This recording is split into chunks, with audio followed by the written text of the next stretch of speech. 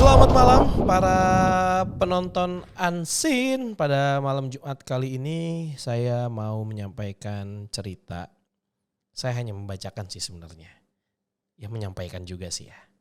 Ya udah, kita langsung aja masuk ke cerita kita pada malam hari ini. Ini kita mau ngomongin ceritanya adalah apa sih nih? Sebentar. Oke. Malam hari ini judul ceritanya adalah Misteri Tol Cipularang yang konon penuh makhluk halus.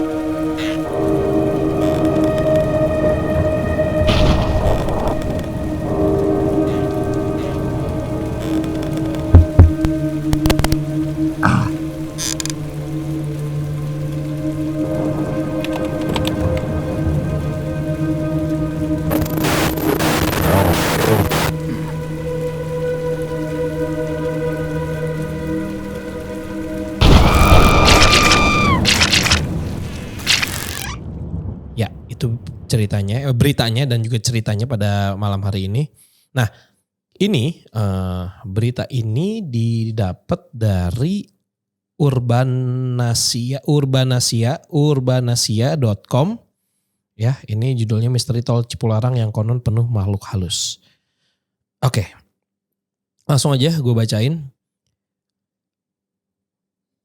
Bagi urban readers yang sering berpergian Jakarta-Bandung lewat jalur darat, pastinya nggak asing dengan Tol Cipularang. Ya, Tol Cipularang, Cikampek, Purwakarta, dan Padalarang. Itu dia singkatannya ya. Merupakan jalur penghubung Jakarta dan Bandung yang berhubungan dengan Tol Cikampek dan juga Cileunyi. Tol tersebut dulunya dibangun dalam rangka memperingati 50 tahun KTT Asia Afrika di Bandung. Dimulai tahun 2003 oleh Ibu Megawati Soekarno Putri, Cipularang ditargetkan selesai tahun 2005 dan menjadi tol dengan pembangunan tercepat di Indonesia. Nah, tahukah kamu pembangunan tol Cipularang saat itu harus membelah Gunung Hejo? Nah, konon banyak yang meyakini jika ruas panjang puluhan kilometer adalah poros gaib yang kerap meminta tumbal dari pengguna jalan yang melintas. Poros gaib yang posisinya berada di sekitar Gunung Hejo, Kecamatan Darangdang, Kabupaten Purwakarta, Jawa Barat itu juga terkenal sebagai jalur tengkorak. Sebagai warga lokal yang mendengar nama Gunung Hejo mungkin sudah tidak asing lagi. Pasalnya lokasi tersebut memang dikenal dengan daerah ritual pemujaan. Jadi buat kalian yang memang tinggal di daerah sana boleh langsung komen aja. Bener nggak kalau Gunung Hejo itu terkenal sebagai daerah ritual pemujaan? Monggo bebas berkomentar. Tapi jangan saling sikut ya. Sakit. Kerasa gak sih sikut-sikutan di kolom komentar? Hah? Berasa dong. Berasa ya? Iya. Kan ada emoji gitu. Kik. Gitu kan. Kisah tentang adanya kerajaan jin pun tersebar luas. Kehadiran makhluk astral di sekitar daerah jalan tol Cipularang semakin diperparah karena sikap sembrono para pekerja bangunan yang membiarkan hewan-hewan liar di sana mati terbengkalai. Alhasil bangkai-bangkai yang membusuk itu malah menguatkan keberadaan kerajaan jin yang telah bertahun-tahun berkuasa. Jalur sepanjang 54 km itu pun tak lepas dari berbagai cerita mistis yang penuh misteri. Bahkan pengguna jalan dihimbau untuk selalu berhati-hati serta waspada bila melintas ruas tol Cipularang. terutama KM 60 sampai dengan KM 100. Nih gambarnya. Pasalnya cerita mistis pun sering dialami oleh sejumlah pengemudi yang melintas. Beberapa dari mereka kerap dihantui sosok-sosok makhluk halus yang mengganggu konsentrasi selama di perjalanan.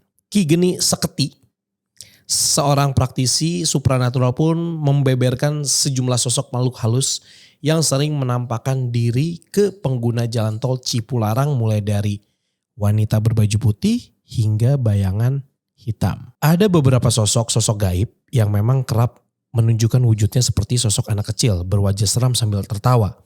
Wanita berbaju putih yang melambaikan tangannya seolah-olah ingin menumpang. Bayangan hitam seperti menyeberang, bahkan ada juga suara wanita yang terkadang merintih, tertawa dan memanggil nama pengendara. Ujar Ki Geni Seketi kepada Urbanasia Kamis 26 November 2020. Menurut Ki Geni, pengalaman mistis yang dirasakan oleh sejumlah pengendara pun bisa berbeda-beda. Bahkan ada juga yang diperlihatkan sebuah perkampungan yang terang benderang dan ramai. Biasanya makhluk halus ini pun muncul untuk mengganggu konsentrasi pengendara selama di perjalanan. Apalagi mereka yang mengantuk dan tidak fokus, tambah Ki Geni. Ia pun menyarankan pengendara sebaiknya tetap fokus dan selalu berdoa. Usahakan ada teman ngobrol agar ada interaksi. Jangan lupa untuk menyalakan klakson atau lampu dim sebagai simbol permisi. Sebenarnya gue ada pengalaman juga untuk Cipularang. Karena gue sering berapa tahun yang lalu Jakarta Bandung. Ceritain sekarang atau gue bacain cerita yang ada dulu aja? Kita bacain cerita dulu ya, nanti abis ini kita akan ada sesi ngobrol. Oke, ini cerita horror story. Ini kumpulan cerita-cerita horror based on true story. Ini dari wattpad.com. Nah, penulisnya siapa nih? Katriona 888. Oke, Katriona ini tulisannya saya baca. Oke. Judulnya adalah Cipularang. Akhir-akhir ini lagi viral banget kasus orang naik bis hantu. Tiba-tiba gue jadi ingat pengalaman gue sendiri. Ya, ceritanya gak sama sih, tapi jalur dan kejadiannya sama. Sama-sama lewat tol Cipularang pakai transportasi umum. Oke, kejadian ini sekitar 3 tahun yang lalu. Saat itu gue buru-buru hijrah ke Jakarta karena kebetulan dapat kerjaan di sini.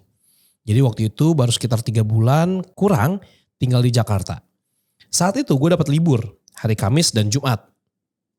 Lupa deh libur apaan. Karena lama jadi lumayan lah sampai weekend. Akhirnya baliklah gue ke Bandung. Ceritanya gue naik travel day. Day apa nih? Travel day. Emang ada travel? Inisial doang deh. Oh inisial ya, nama travelnya kali ya. Yang kursinya HIS. HIS. HIS. Iya. HIS ya. HIS. Oke, HIS. Tahu lah ya, nggak tahu gue yang mana. Yang kayak mobilnya itu. Oh itu HS. Iya. Oke, gue ingat. Kebetulan juga kosan gue itu deket banget ke pool. Karena biasanya gue pakai trans kalau balik ke Bandung. Singkat cerita, gue berangkatlah jam 5:30 dari pool. Cuman gue doang yang naik. Biasa kan kalau travel itu muter dulu jemputin penumpang ke pool. Nah saat itu ada satu cowok yang naik dan duduk di samping Pak Kusir yang sedang bekerja mengendarai kuda supaya baik jalannya. Hey, tuk tik tak salah mencet gue. Fokus ya. Jadi ada satu cowok naik dan duduk di samping supir. Gue duduk di belakang supirnya anyway. Karena sepanjang jalan gue nangis. Mungkin efek homesick dan gak fit kali ya. Akhirnya gue kecapean dan ketiduran. Tiba-tiba udah berhenti aja tuh di rest area buat istirahat sebentar buat isi bensin. Jam 10 lah ya, gumam gue pas lihat layar handphone. Lama juga gue tidur. Karena mata udah seger akhirnya gue main HP sepanjang jalan. Sekitar KM 97 si Pak Supir nginjek rem tiba-tiba. Sontak HP gue jatuh. Saking terhentak banget Sampai-sampai mas-mas yang ada di depan aja kebangun. Kenapa Pak? Gue tanya tuh bapak. Gak apa-apa Mbak, gak apa-apa. Suaranya rada gemeter gitu. Mungkin kaget juga ya pikir gue. Kalau ngantuk istirahat dulu aja Pak, kata mas di sampingnya. Gak apa-apa kok, gak apa-apa. Jawab si bapak lagi. By the way, abis dari situ orang yang duduk belakang gue kok gak kondusif banget deh. Berbisik-bisik tapi keras gitu. Abis itu nendang-nendang kursi gue. Sabar. Yang lebih parah ada yang naburin remahan biskuit dong ke baju gue sampai masuk ke dalam BH. WTF.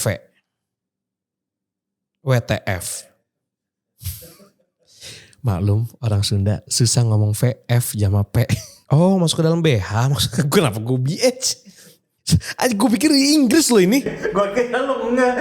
Oh ya oke. Pokoknya masuk ya makanannya gitu. Karena gue lagi bener-bener gak mood, ditambah tadi abis nangis gue cuekin deh. Singkat cerita sampailah di Pasteur. Kebetulan si mas yang duduk di depan minta turun di Pasteur. Tapi kalau gue lanjut ke di Pati Ukur. Tiba-tiba si bapak ngajak ngobrol. Mbak, tadi gak apa-apa kan saya ngerem mendadak? Tanya si bapak, pandangannya lurus ke depan. Enggak kok Pak, cuman HP saya aja tadi jatuh saking kagetnya. Ngantuk ya Pak? Tanya gue lagi. Enggak Mbak, tadi ada yang nyebrang perempuan. What? Nyebrang? Di tol? Malam-malam? Perempuan pula? Wah, gak masuk akal banget. Tapi setelah si bapak ngomong gitu, bulu kuduk gue langsung berdiri dong. Tadi gak ngomong takutnya mbak sama masnya panik, ucap si bapak kemudian. Kok yang dikhawatirin si bapak cuman gue sama mas tadi? Kan ada beberapa orang yang duduk di belakang gue. Hening beberapa menit. Akhirnya gue minta si bapak berhenti di daerah Cipaganti tanpa nengok ke belakang. Gue pindah ke depan. Pak, sebenarnya yang naik berapa orang sih dari Jakarta tadi? Dan tahu si bapak jawab apa? 2 orang, no more or less. Jadi yang dari tadi ribut nendangin kursi gue, naburin remahan biskuit itu siapa? Gue juga baru ngeh kalau ini tuh malam Jumat. Kalau malam Jumat waktunya nonton Ansin. Untung aja tadi gak sampai nengok ke belakang. Pas gue turun di Pati Ukur dan ambil barang-barang gue, si bapak bilang gini, hati-hati mbak pulangnya. Tenang aja. Cuma numpang sini aja kok. Lumayan gerenyem-gerenyem ya otak ya. Oke. Di sini ada tulisan lagi. Sebenarnya masih banyak cerita yang mau gue tulis berhubungan lagi banyak tugas, kuliah. Nanti gue lanjut lagi ya. Thank you ya udah save, vote, and comment. Oke guys, langsung serbu tulisannya Katriona 888, 8-nya 3 kali. Yang komen gak tahu siapa, September tanggal 4. Pernah dulu kejadian weekend malam pulang kerja dari Jakarta ke Bandung. Berdua sama teman lewat Cipularang. Waktu bawa mobil di tengah tol daerah Kopo, kecepatan juga stabil di 90 km per jam kurang lebih. Dikagetin sama semacam kain warna merah pudar terbang ketiup angin nyamperin depan mobil. Pikiran udah jelek, wah bakal celaka nih, bahaya. Karena pikiran ada baliho atau spanduk gitu terbang ke bawah angin sampai tengah jalan tol. Tapi begitu pas itu kain udah di depan kaca mobil banget ya, udah di depan kaca mobil banget. Mau nutupin pandangan semua, tiba-tiba itu kain terbang ke atas. Dalam hati gak beres nih. Bukan sembarangan kain, sambil nyoba buat tetap fokus buat jalan. Oke, kalau misalnya ngomong kain terbang, ya karena kan angin kan bergerak kan di jalan. Jadi kalau terbang ke atas, gue sih masih melogikakan itu kain. Oke. Tapi kalau misalnya berbicara mengenai cerita dari penulis ini, gue jadi ingat gue punya pengalaman. Waktu itu gue baru beres kerja tahun 2013. Gue ingat 2013 ya. Waktu itu gue mau jemput nyokap gue di Bandung. Karena nyokap gue dari Bogor itu naik bis ke Bandung karena ada acara bareng sama nenek gue. Terus gue dari Jakarta gue nyusulin ke Bandung karena gue udah lama juga gak ketemu nenek gue. Pas banget weekend juga. Jadi waktu itu hari Jumat. Hari Jumat gue on the way dari Jakarta naik mobil sendiri.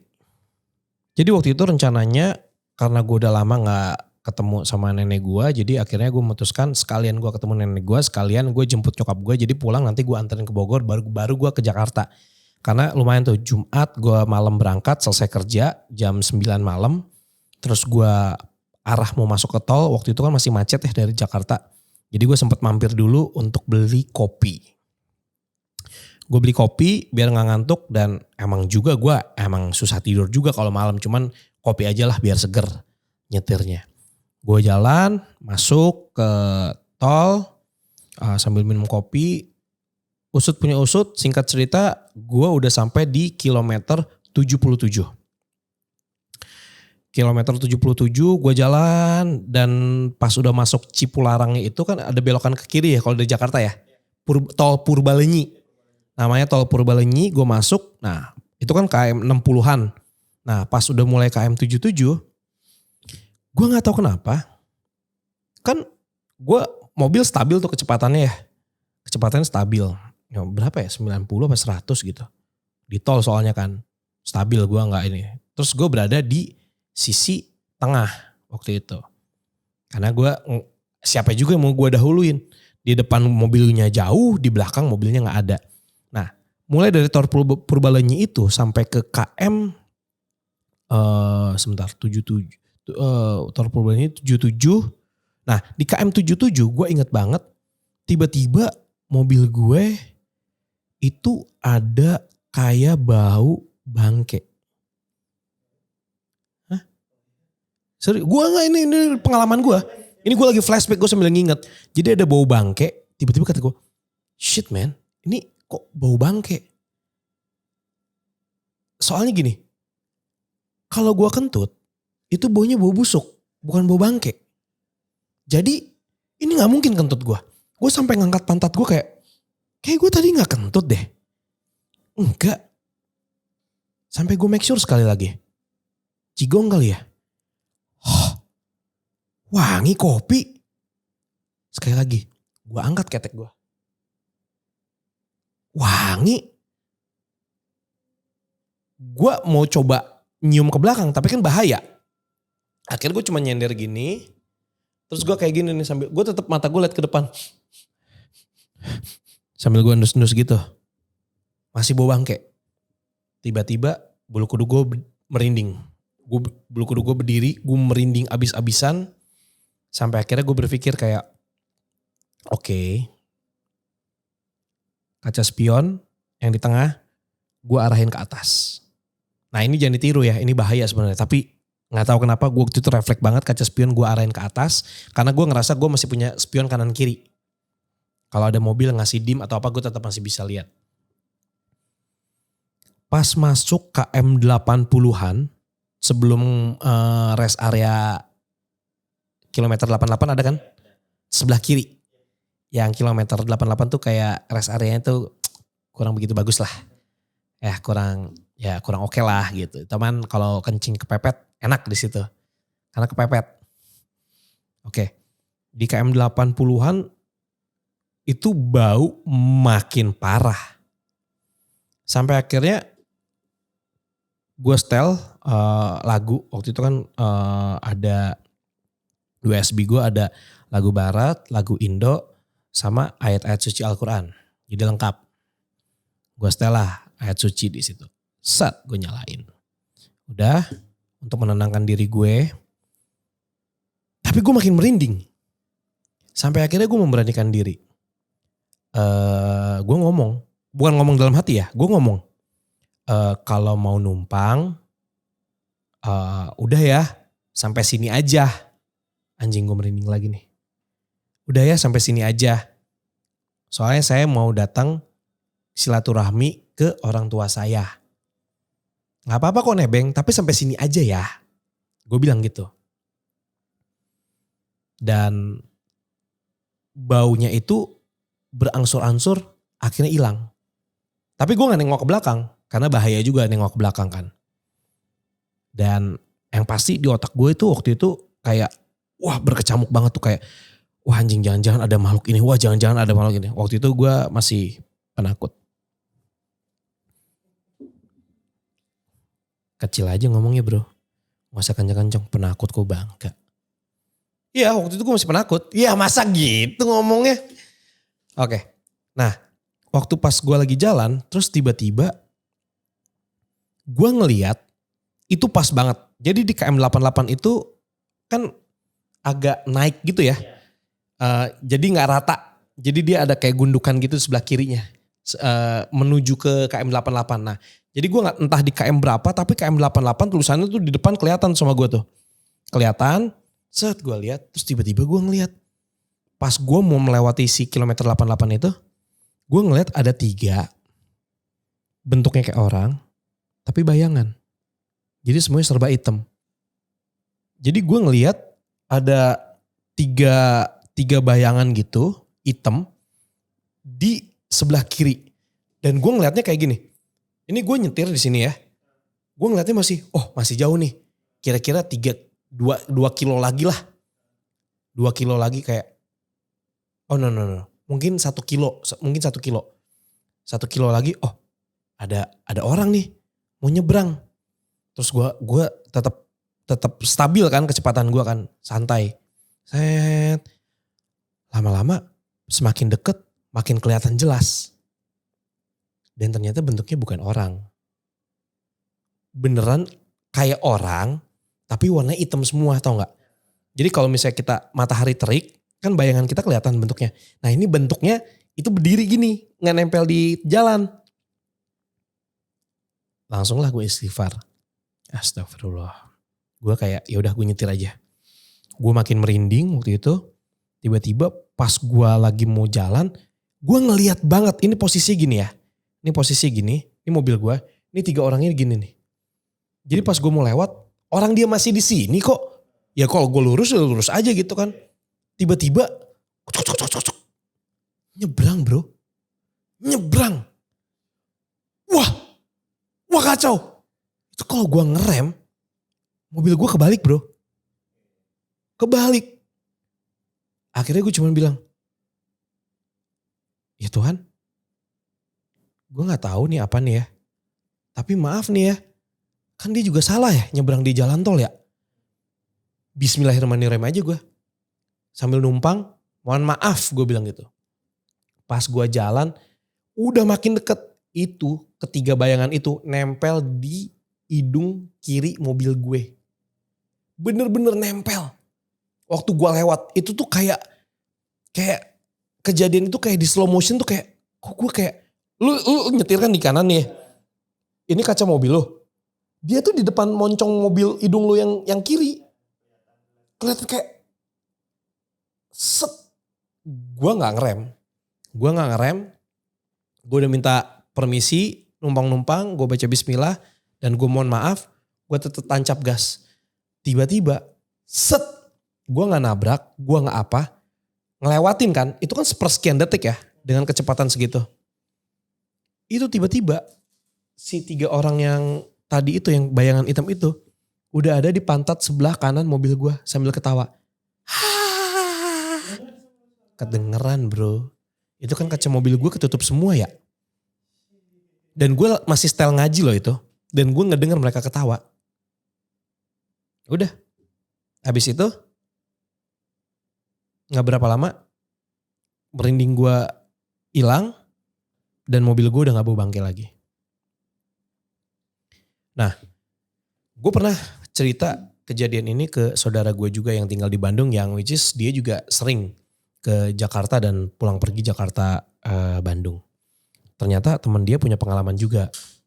Pengalamannya beda sama gue tapi serupa tapi tak sama. Serupa tapi tak sama. Jadi kejadiannya ada waktu itu adalah, jadi dia naik mobil nih, ya kan? Mobil kan ada 3 jalur. Kiri, tengah, sama kanan. Kiri untuk pelan, tengah stabil, kanan untuk mendahului. Nah, mobilnya temen gue waktu itu emang lagi ngebut. Mobilnya temen saudara gue itu lagi di kanan karena lagi ngebut karena memang gak ada mobil kata dia. Kosong, jadi dia di jalur kanan aja terus. Set. Sampai akhirnya tiba-tiba ada mobil sedan dari belakang ngasih dim, ngasih lampu. Wah mau nyusul nih, bentar deh gue lagi nanggung. Biasa kan anak muda, nyetir dikasih dim bukannya ngasih jalan malah tetap dikencengin. Jadi tetap melaju kenceng. Ternyata mobil di belakang itu yang sedan hitam itu nempel terus. Dan ngasih dim terus. Sampai akhirnya dia itu ngambil, akhirnya kesel kan kayak udah gue ke tengah aja. Pas lagi mau banting setir ke tengah kan dia ngeliat spion kan. Dia ngeliat spion bahwa di tengah dan jalur kiri itu gak ada mobil sama sekali. Pas dia mau banting setir, mau ganti ahluan ke tengah, ngasih jalan untuk mobil sedan belakang. Tiba-tiba temennya, ngapain lu? Itu ada yang ngasih dim. Pas ketika itu tiba-tiba dari tengah ada mobil truk lewat kenceng banget. Dan ternyata mobil sedan yang di belakang gak ada. Gitu. Nah akhirnya mereka pada kaget kan. Itu gila sih kalau temennya saudara gua akhirnya ngasih jalan ke tengah pindah jalur. Itu abis sih diterabas sama si truk. Padahal kan pengemudi kan dia bisa lihat spion ya. Dia bilang gua gak ngelihat ada mobil apa manapun, gak ada sama sekali. Nah temennya itu tiba-tiba ada mobil tapi yang nyetir gak ngelihat. Nah itu salah satu cerita yang gue dapat dari sepupu gue waktu itu. Jadi intinya entah itu benar apa enggak, apakah memang di situ memang ada kerajaan jin atau apapun itu, yang pasti dimanapun juga kan kita berdampingan ya. Untuk yang percaya kita kan memang berdampingan dengan alam mereka. Ya setidaknya kita juga bisa menghargai alam mereka. Kalau misalnya gak percaya pun gak masalah. Belajarlah untuk menghargai orang lain. Kalau kamu ingin dihargai diri kamu sendiri. Dan juga coba hargai lingkungan sekitar. Kayak kita gak peduli sama lingkungan. Kayak contohnya hal sepele. Kita gak peduli, bodo amat buang sampah sembarangan. Dari mobil buang sampah sembarangan. Terus tiba-tiba daerah lu banjir. Itu gara-gara sampah mampet. Nah kayak gitu. Ya sama juga berhubungan sama yang tadi ngomongin kerajaan jin atau alam jin. Ya sama aja ya. Ya kalau memang lu percaya ya lu numpang aja. Kalau lu gak percaya ya gak apa-apa juga. Tapi satu lagi pesan dari gue adalah ketika kita nyetir malam-malam, please hati-hati dan fokus. Dan yang paling benar jangan nyetir sendiri. Syukur alhamdulillah gue waktu itu masih dikasih selamat sama Tuhan. Dan gue masih ada sampai sekarang, akhirnya gue bisa menceritakan ini. Itu aja, gue share pengalaman gue. Pas banget materinya soalnya tentang tol Cipularang. Ya udah, buat teman-teman yang pengen share cerita, yang pengen berbagi sama kita pengalamannya, atau mungkin buat kalian yang penulis atau suka nulis, pengen buat cerita fiksi horor, monggo dikirimin aja ke emailnya kita di fadipotret@gmail.com atau boleh kontak ke DM @fadipotret. Terima kasih, sampai jumpa lagi di malam Jumat berikutnya.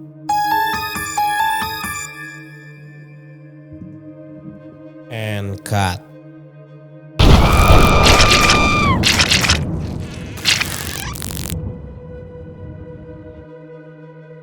Sekali-sekali openingnya ganti kali ya.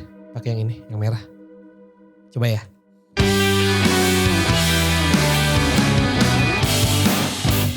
Selamat malam semuanya. Berjumpa lagi anjing. Udah lama gak nge-MC gue. Ini gak ada off air apa 2 tahun ya? Pandemik. Jadi kaku lagi deh.